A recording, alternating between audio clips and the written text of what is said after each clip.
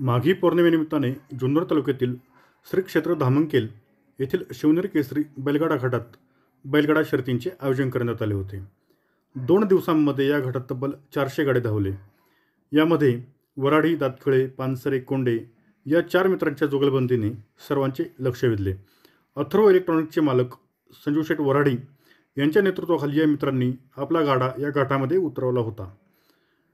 कांड्याला झोपलेले तुफान आणि मल्हार या जोडीने तर घाटात तब्बल 7 वेळा पळण्याचा विक्रम स्वतःच्या नावावर केला।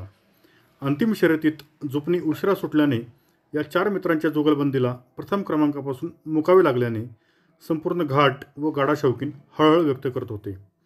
तांत्रिक चुकीमुळे बैलांची क्षमता असताना देखील आम्ही त्यांना न्याय देऊ शकलो नसल्याची प्रांजळ कबुली गाडा मालकांनी आय1 न्यूजशी बोलताना दिली।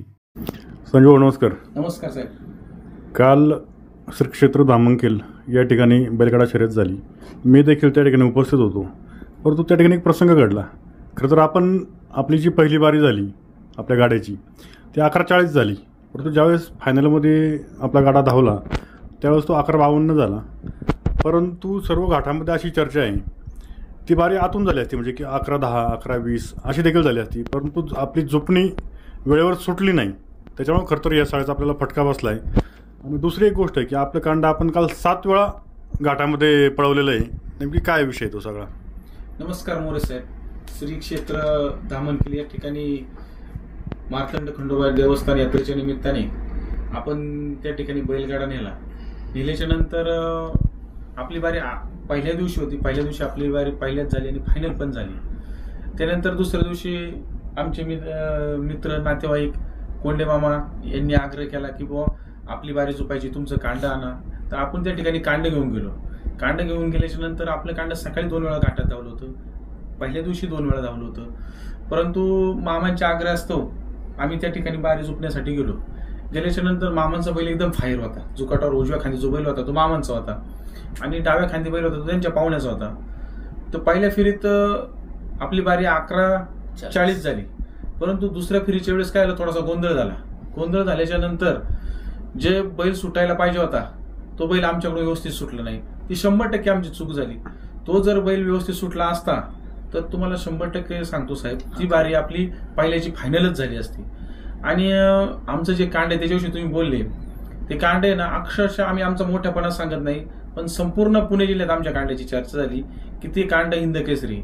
आणि ते कांड पळत असताना आदल्या दिवशी 2 वेळा पळालं, वडजला पळालं। ते कांड पळत असताना हे आमचे 2 बंधू आहेत दातखिळे, त्यांनी त्या कांड्याची इतकी तुम्हाला सांगतो व्यवस्थित त्याची हे केली की बाबा त्यांना बैलांना शिकवण्यापासून असेल किंवा एक मल्हार म्हणून दुसरा बैल आमचे मित्र भाविक पानसरे यांचा होता। तर भाविक भाऊनी तो गोहरा आहे, आदत वासरू येते, त्या वासराला अक्षरशः रात्री 4-5 वेळा उठून गरम पाण्याने शेकवलं, परंतु त्या कांड्याने आम्हाला कुठेही खाली पागण्याची वेळ नाही आली आणि त्यामुळे आमची काल बारी झाली। निश्चित आमच्याकडून थोडी चुकी झाली, परंतु पुढच्या वेळेस आम्ही अतिशय उत्कृष्ट नियोजन करून त्याच घाटात पहिल्या देण्याचा आम्ही प्रयत्न करू। कदम भाऊ, खरं तर धामंकेलला तुम्ही यात्रा कमिटीच्या नियोजनामध्ये होते, तुम्ही देखील घाटामध्ये होते। काल आपण जर पाहिलं तर यांची एक तांत्रिक चुकी आणि खरं तर त्या सगळ्या चुकीचा फटका यांना बसला आहे। कदाचित यांची जी काही बारी आहे ती 11 मध्ये किंवा 11:10 अशा आसपास झाली असती, परंतु ती तांत्रिक चुकीमुळे 11:52 पर्यंत गेली। तुम्ही सगळे या ठिकाणी होतात, काय नेमकी घटना झाली? मोरे साहेब नमस्कार। तसं पाहायला गेलं तर संजय शेठ झालं, संतोष दास असतील आणि जे आमचे 2 मित्र आहेत त्यांचं मोठं मन मानावं लागेल। आज त्यांच्या लिस्टमध्ये माझं पण नाव त्यांनी घेतलं होतं बारीमध्ये, जे एक मोठा मनाचं त्यांचं।